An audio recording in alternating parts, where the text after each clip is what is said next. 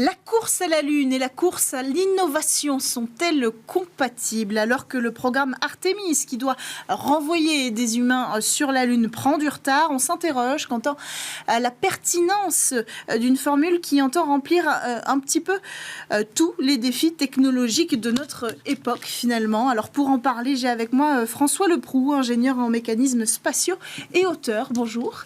Bonjour. Bienvenue sur le plateau de Smart Space. On a aussi avec nous à distance Brian Calafassian, chercheur en politique spatiale à l'Institut d'études et de stratégie et de défense. Bonjour Brian, bienvenue avec nous dans cette émission. Bonjour. Alors, est-ce que c'est la faute de SpaceX si Artemis prend du retard ? Alors, ce n'est pas uniquement la faute de SpaceX. Effectivement, SpaceX est en charge du Starship, c'est-à-dire du vaisseau qui va permettre aux astronautes américains d'aller à la surface de la Lune. C'est un développement qui prend du retard. On l'a vu l'année dernière avec 2 échecs lors de vols d'essai qui ont néanmoins permis à l'entreprise d'avoir des données très valables pour le développement de cet engin qui est tout de même une rupture technologique. Donc on va dire son développement suit sa route. Il y a d'autres industriels privés qui sous-traitent pour la NASA dans le cadre du retour sur la Lune et qui ont pris du retard. C'est notamment le cas d'Axiom Space qui est en charge des combinaisons spatiales pour les astronautes, qui ont également pris du retard. Mais est-ce qu'ils n'ont pas pris du retard parce qu'on repousse les budgets dédiés à ce sujet pour se concentrer sur les lanceurs ? Alors, dans le cadre d'Axiom, c'est tout à fait possible. Dans le cadre de SpaceX, il faut bien voir que le développement du Starship, c'est vraiment quelque chose de tout à fait complexe. Alors, il y a 2 missions Artemis qui ont été repoussées, Artemis 2 et Artemis 3. Donc, Artemis 3, c'est le premier alunissage d'un Starship à la surface de la Lune. Donc, c'est directement imputable au retard du Starship. Dans le cadre d'Artemis 2, qui est une répétition générale, finalement. Donc, c'est un tour de la Lune avec astronautes, mais personne ne s'y pose. Tout à fait. C'est la même mission qu'en novembre 2022, mais avec des astronautes à bord. On sait que la mission prend également du retard, vu que la NASA a décelé ils ont des défauts au niveau du bouclier thermique de la capsule Orion et souhaitent les régler avant de faire un vol habité. Capsule Orion à bord de la fusée SLS, qui donc doit servir aussi dans le cadre de ce programme, en plus de Starship. Brian Calafassian, quel est votre regard sur ce report-là ? Est-ce que c'est aussi la conséquence de la stratégie des États-Unis de travailler main dans la main avec des partenaires privés ? C'est une excellente question. Ce que nous remarquons, c'est qu'il y a la réussite d'une mission lunaire passe par on va dire la maîtrise d'une multitude de facteurs techniques, de briques technologiques qu'il faut maîtriser avant de pouvoir faire un voyage qui soit sécurisé, on va dire, s'il doit emporter des humains. Il faut pour cela maîtriser de nouveaux lanceurs, des atterrisseurs, des systèmes vides, des procédures de rendez-vous, de ravitaillement notamment. Après, la NASA s'est toujours appuyée sur le secteur privé pour faire la conception de ces systèmes. Le LEM, qui avait servi pour Apollo, avait notamment été développé par Grumman avant la fusion avec Northrop. Certaines briques technologiques, comme l'a énoncé François Leproux, sont développées par le privé. C'est le cas notamment par Axiom, qui développe la combinaison lunaire, Axemu, SpaceX avec le Starship ou encore Blue Origin avec le Blue Moon Lander. Ces 3 projets sont en retard. Et il faut pas se mentir. Mais c'est également du côté des entreprises historiques de l'industrie que cela se joue. Les retards sont aussi à noter du côté de Lockheed Martin, qui développe Orion, ou encore de Boeing, qui s'occupe du SLS. Si on prend le rapport de l'inspecteur général de la NASA en 2023, il faut, pour comprendre tout ce mécanisme, remonter au départ en fait de la légitimation du projet Artemis, du programme Artemis. Celui-ci a été conçu avec l'idée que l'on pouvait réutiliser des technologies issues de la navette spatiale ou du programme Constellation pour faire gagner du temps et de l'argent. Pourtant, selon les mots de l'inspecteur général, cela a produit le phénomène contraire, notamment si on regarde les retards qui ont été accumulés pour la partie SLS concernant ces moteurs, donc qui sont des dérivés des moteurs de la Space Shuttle. Alors c'est intéressant ça. Donc le programme Constellation, vous préparez ma transition, il était mené par l'ancien administrateur de la NASA qui était Michael Griffin, qui a justement pris la parole tout récemment au sujet d'Artemis et qui grosso modo parle peut-être d'un retour nécessaire à l'ancien modèle justement qui tirait ses origines de Constellation. En tout cas il fustige le programme lunaire actuel. Est-ce qu'on peut comprendre un petit peu pourquoi ? Alors, on peut quelque part le comprendre. Alors, il faut rappeler ce qu'était Constellation. Constellation, c'est un programme de retour sur la Lune qui était initié au début des années 2000, sous l'administration de George Bush, et qui visait à réutiliser les technologies de la navette spatiale pour faire des lanceurs lourds et atteindre la Lune. Et donc, ça se basait sur 2 lanceurs qui utilisaient tous deux Donc, on va dire la brique qui est restée de ce développement, c'est la capsule Orion, qui était déjà présente. La capsule Orion devait être tirée par un lanceur du nom de Ares-1 et un deuxième lanceur du nom de Ares-5, qui est très proche de la SLS qu'on connaît actuellement, devait mettre en orbite un module lunaire. Et les 2 devaient ensemble aller sur la Lune.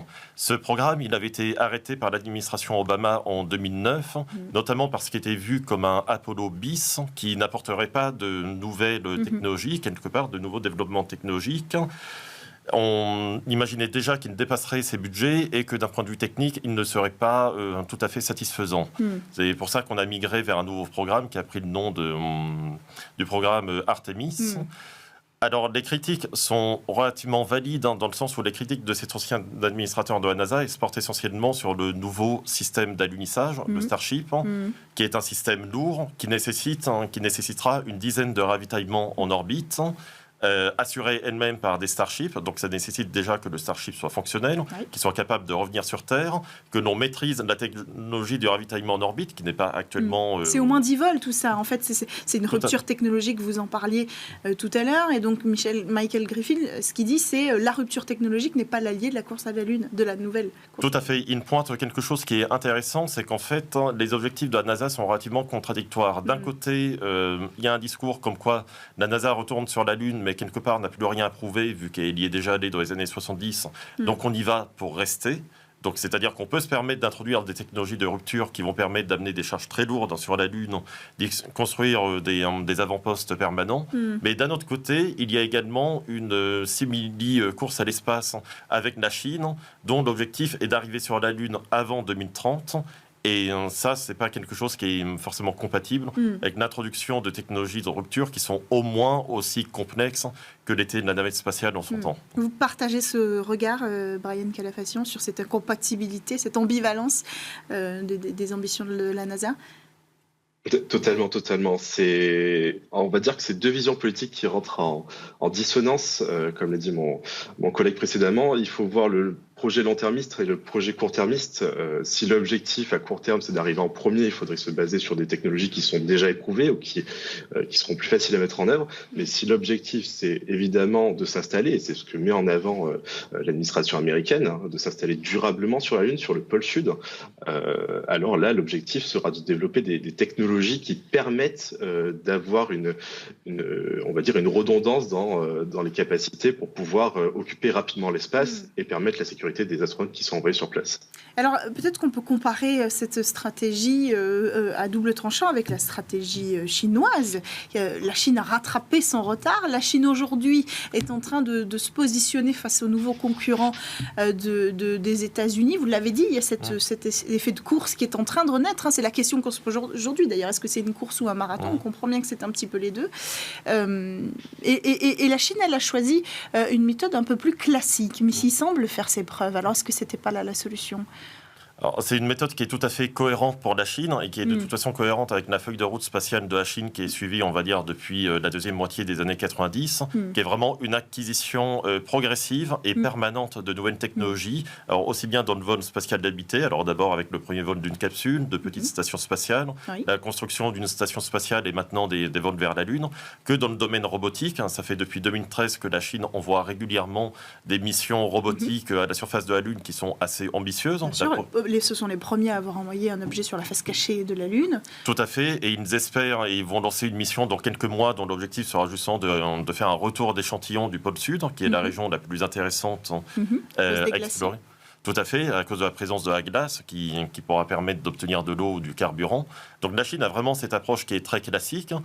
Certains diront qu'elle est prudente, elle est légitime, mais j'allais dire, ce n'est pas une surprise. La Chine a annoncé très clairement ses intentions depuis les années 2000 au moins, et elle suit une feuille de route qui est tout à fait pertinente pour elle.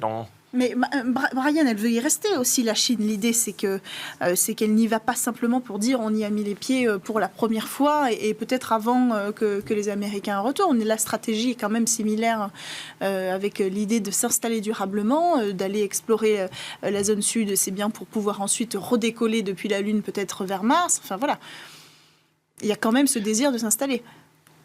Bien entendu, oui, tout comme avait pu l'énoncer la Russie également dans l'ILRS, donc dans leur entreprise commune qui a rassemblé aussi certains BRICS. La question pour la compétition entre la Chine et la Russie n'est pas tant l'avance potentielle de la Chine, mais le retard progressif des États-Unis, on va dire, qui les années s'amoncellent. Et c'est justement ce qui fait perdre un peu le soutien du Congrès au bout d'un moment, parce que les financeurs perçoivent ça comme la perte d'un avantage comparatif. Ouais. Il ne faut pas sous-estimer la Chine en réalité, parce que pour la Chine, l'espace est un véritable outil de puissance et de normalisation de ses échanges avec ses partenaires internationaux ainsi qu'avec ses concurrents. Pékin sera sûrement au rendez-vous des années 2030, comme cela a été fixé, tout simplement parce que cela rentre dans la concrétisation du rêve chinois qui avait été énoncé par Xi Jinping. Donc, c'est cela qui pourrait aussi parachever la bascule de certains États émergents vers la Chine, ce que ne souhaitent pas les États-Unis, honnêtement. La Chine pourrait aussi souhaiter s'installer durablement sur la Lune pour des enjeux de puissance, pour des enjeux de ressources également, pour des enjeux de médiatisation, pour pouvoir montrer qu'elle aussi est une puissance technologique. Et c'est très important. La progression vers Mars n'est pas vraiment un objectif politique à long terme. C'est un peu difficile à expliquer à l'opinion publique aux États-Unis. Et pour ce qui est de la Chine, c'est d'avant tout la Lune et le retour sur certaines planètes comme Vénus notamment. Mars reste du très lointain et pour beaucoup de la science-fiction. Bien sûr. Alors, est-ce qu'il faut choisir entre le marathon et la course vers la Lune? Est-ce que, voilà, si vous aviez le pouvoir de choisir et peut-être de remodeler le programme d'Artemis pour pallier ce retard, est-ce que vous choisiriez entre le marathon et la course? Alors, pour ma part, je pense que l'approche qui a été adoptée par les États-Unis est pertinente pour viser une installation, on va dire au moins à moyen terme, sur la Lune. Ce qui est un petit peu regrettable, c'est que justement, on va dire, c'est l'objectif du programme Artemis, mais c'est pas celui qui est mis en avant. L'objectif d'Artemis qui est beaucoup mis en avant, c'est justement de déposer les premiers hommes et la première femme à la surface de la Lune, mais assez peu au sujet de l'installation. Et à ce niveau-là, c'est un petit peu regrettable que le programme Artemis souffre également d'une autre ambivalence. C'est-à-dire c'est un programme qui est initié par les Américains. La communication est très America First, si je peux me permettre. Alors que c'est un programme international. L'Europe, on est un partenaire majeur, de même que le Canada, le Japon et maintenant les Émirats arabes unis également. Et justement, je pense que l'Europe aurait un rôle très important à jouer dans l'installation à long terme à la surface de la Lune, notamment parce qu'elle a avancé un certain nombre de concepts. Alors à l'époque, ça s'appelait le Moon Village, qui avait été proposé par Ian Warner, qui est celui d'une station en sol. L'Europe propose un certain nombre de systèmes également de logistique pour exploiter les ressources et amener du cargo à la surface de la Lune. Donc c'est quelque chose qui mériterait d'être mieux mis en avant, peut-être d'avoir une plus forte implication de l'Europe au sein du programme Artemis, afin de le rééquilibrer et de tendre davantage vers une installation à long terme. Et quelque chose qu'on peut regretter, c'est qu'avec tous les retards justement qui concernent les systèmes d'atterrissage, donc la NASA a fait appel l'an dernier à Blue Origin afin de développer un nouveau module. Et certainement re-challenger d'une certaine SpaceX. Tout à fait. Donc Blue Origin qui aligne, on va dire, une sorte de NEM un peu plus classique. Certainement, l'Europe aurait également pu proposer un système analogue, sachant qu'elle développe également le système cargo Argonaut. Bien sûr. Alors Argonaut, on en parle très peu en Europe aujourd'hui, mais c'est un vrai sujet en cours de développement. De toute façon, le sujet des propositions cargo européen, c'est un large sujet qu'on aborde souvent dans l'émission.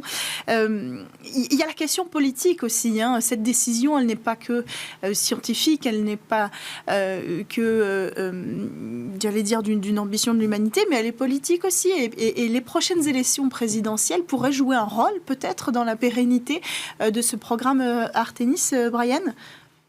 Bien sûr. Il y a la question des élections présidentielles, mais aussi celle du Congrès, ce qui se passe sur Capitol Hill, qui est très intéressant et qui, on va dire, influe beaucoup sur ce que vont mettre en avant les présidents. En réalité, le programme a été mis en avant notamment par Donald Trump. Il a été pérennisé par l'administration actuelle. Il y a peu de chances, là où on en est actuellement, pour qu'il soit purement et simplement annulé. Ce qui pourrait arriver, c'est un changement dans l'architecture même, donc se concentrer plutôt sur du robotique, ou alors laisser la première place à la Chine pour pérenniser l'envoi de technologies. C'est surtout sur ce genre de choses que cela peut se jouer actuellement. Ce qu'on voit du côté du Congrès aussi, qui est très intéressant, c'est que Bill Nelson, l'administrateur actuel, est un ancien sénateur, donc il connaît un peu les pratiques, on va dire, de Capitol Hill, de ce qui se passe dans les chambres des représentants, dans les organismes du Congrès. Et c'est sur ce point-là que va se jouer la potentielle reconduction ou pas des programmes, l'annulation de certaines parties ou de certaines missions sur la question du budget. La question du budget est absolument centrale aux États-Unis. Il y a souvent des commissions d'enquête qui investiguent, qui s'intéressent à ce genre de choses. Et on s'est rendu compte que le budget a été à de maintes reprises, si ce n'est systématiquement, repoussé, on va dire, pour arriver à être en phase avec ce que demandait notamment SpaceX, mais aussi l'administration de la NASA. Donc c'est pas terminé, hein. Ça peut encore évoluer, l'avenir d'Artemis peut encore évoluer, et les élections, si j'ose dire, n'arrivent pas forcément au meilleur moment, c'est-à-dire qu'il nous aurait manqué peut-être, en tout cas il aurait manqué aux États-Unis peut-être une mission clou d'éclat, une mission où on envoie peut-être des humains autour de la Lune pour embarquer tous les bords politiques peut-être américains. Est-ce qu'on sait, Donald Trump, on le connaissait plutôt pro-space, mais là on parle d'une collaboration, vous l'avez dit aussi, avec l'Europe et le Canada. Est-ce qu'on connaît son positionnement? Est-ce qu'il serait plus apte à pousser vers le maintien du budget que Bill Nelson? Alors ça, c'est assez difficile à dire, dans le sens où la campagne aux États-Unis se concentre assez peu actuellement sur ce genre de sujet. Effectivement, comme l'a rappelé Brian, le programme Artemis a été initié par l'administration Trump, et notamment par son vice-président, qui sur ce genre de sujet, on va dire, était un peu plus conservateur. Après, je pense que si les États-Unis venaient à refonder le programme Artemis, ils privilégieraient l'approche en justement consistant à envoyer au plus vite des astronautes à la surface. Et du coup, ce qui risque de passer à la trappe, ce serait plutôt la station Gateway, qui depuis l'introduction du Starship dans l'architecture du programme n'a plus vraiment un intérêt aussi fort qu'avant. C'est cet avant-poste, et il a une orbite très complexe également, mais ça, ce serait particulièrement regrettable pour les partenaires internationaux, vu que l'Europe et notamment Thales Alenia Space fournissent un certain nombre d'éléments de cette station. C'est également le cas du Japon, c'est également le cas des Émirats arabes aujourd'hui.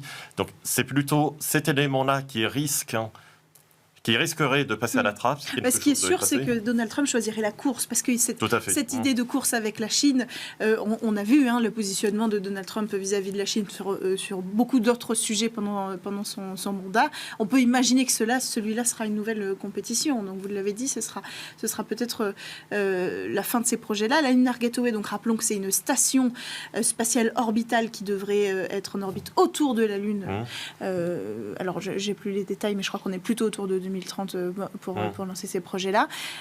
Brian, avant de conclure, alors non, pas avant de conclure, on n'a plus le temps d'aller plus loin dans cette émission, mais je vous remercie tous les deux d'avoir pris le temps de venir parler de ce sujet passionnant en plateau. On suivra le sujet notamment à l'aune des élections présidentielles pour connaître un petit peu l'évolution de ce programme et de ses budgets.